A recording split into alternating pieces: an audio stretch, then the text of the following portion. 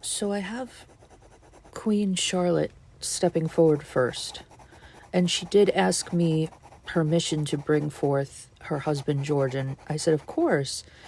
And that it was so sweet how, like she kind of stepped forward, but then when she brought him in, they were like at equal stances, like they met, almost giving the symbol of like we were equals in life, and we still are. She said my husband loved me, and I said, does he still? And she says, yes, he still loves me very much. They were very evenly distributed. There was a balance.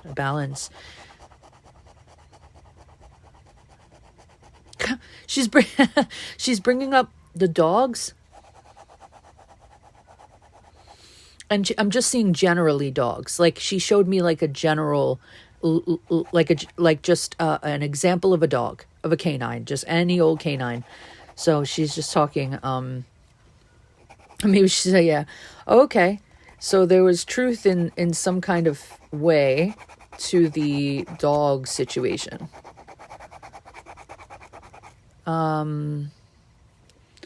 They spent a lot of time in nature. She was actually a horticulturist, I think. She was very involved with plants. She liked to be around plants and flowers, but like in more of a garden sense. Yeah. Ooh, okay. But she's saying he did too. But she said she's talking about herself right now. So I said, okay, do you want to talk about him? She said, no, I'm going to talk about him later. And he'll talk about himself later. So there is this, like, she's showing me the blue skies. She's showing me the sky. She's showing blue. Communication was easy for them.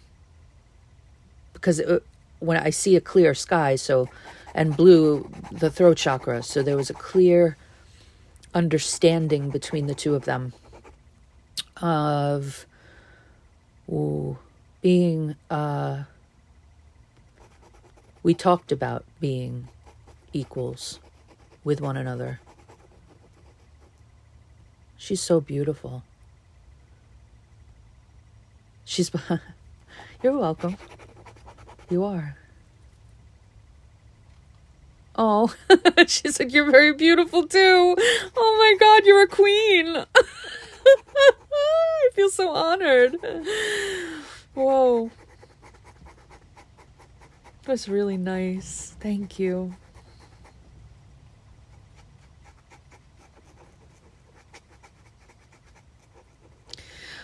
You don't have to talk about me.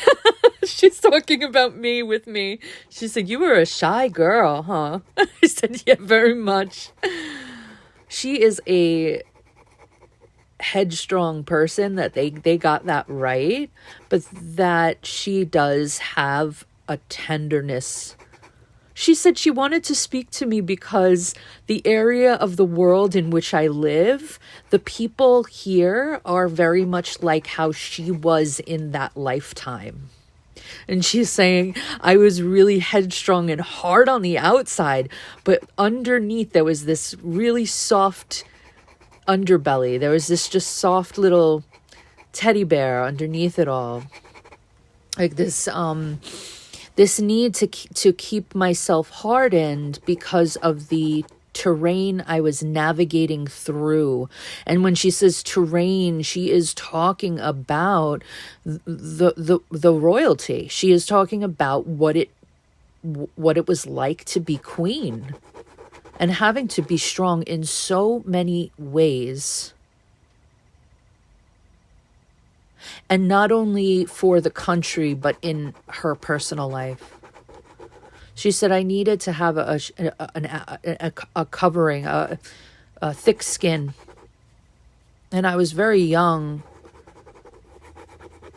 when I wed, but I'd always been that way. The paintings make me seem soft, but I was not always as the portraits portray me to be. For the most part, she said, for the most part, history got it right. For the most part, history got it right, meaning, yeah, right about the monarchy, right about her placement in the monarchy.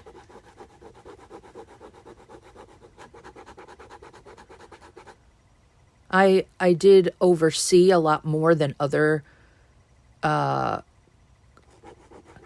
queens that were married to a king that was king already, and then, you know, like that kind of what is it, I don't know what the word is.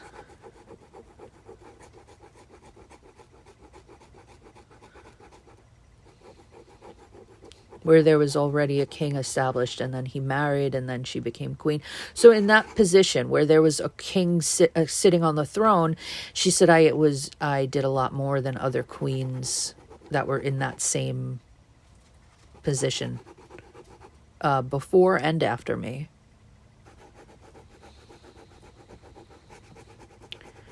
I think because she was very much respected. I was respected by my peerage. I was respected by my peerage. I was respected by my husband, but I was also very much the caretaker. So she's talking about being a caretaker of the people and a caretaker of her family. But she said she could have done better in her personal life. She says she wishes that she could have raised her children in a different sort of way, like if she was living now. Oh, she said there are women that are living today that mother their children in a way that it wasn't customary for me to do that with my own children. When I was sitting on the throne, I would like to have that full access to my children, to raise them and just be a mother. Oh. Are you with your... Yeah, she says she's with her children. She said she met the ones that died. There were some that died. 2 that died.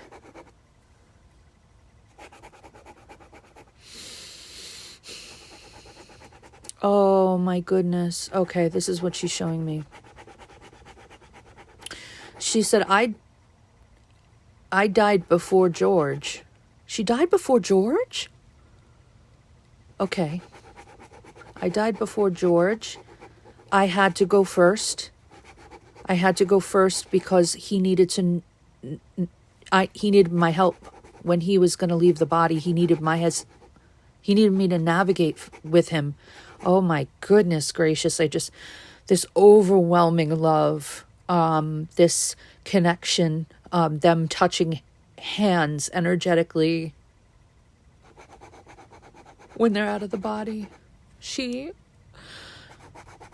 loved him so much.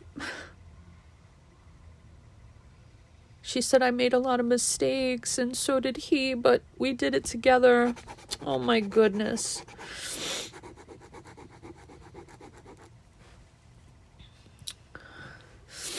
And their children, the children that passed away, there might have been other children that, she's referencing the children that passed away while they were both still alive, her and George. And she said those children were the ones who greeted me. And she said, even if there were, she said, well, she's telling me like that there may have been other children that passed away before,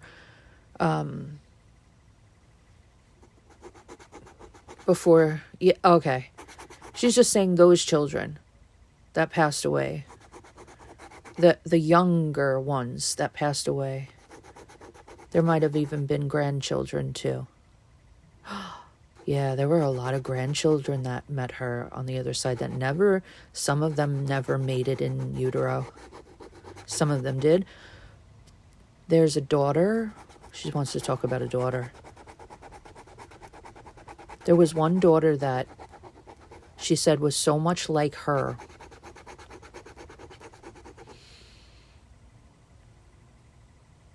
She was very proud of her. I don't know that she said she was able to demonstrate her pride to that daughter in life, make it known. There was some kind of like separation, like an energetic separation that occurred between her and her children, but it was just the way that things were. It was the way that things were. She said she tried to change things in that regard. She was very concerned with other mothers. Okay, okay, we're hitting it. I was like, why is she bringing me into all this talk about her children and mothering? Like, I'm sure there are the things that she's done in her life, or that she had done or wants to focus on, but she wants to focus on mothers. She is talking specifically about a need that she had to mother the mothers, to take care of the mothers, to help them survive life. She was very like charitable with mothers. She just keeps repeating that. Okay. She feels like in doing that, it sort of helped her to grieve the deaths of some of her children properly, to appreciate the children that she did have, and to try to love them better in whatever ways she could. She's saying you have to understand that there was a separation that happened.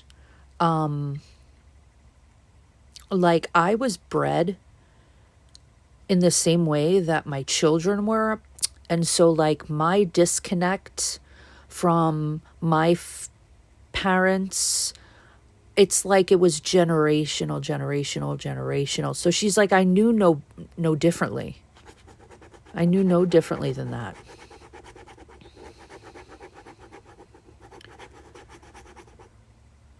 I heard her voice just now. Oh, wow. Very, very commanding, but in a very, like, beautiful way. Because I've never heard anything like that before.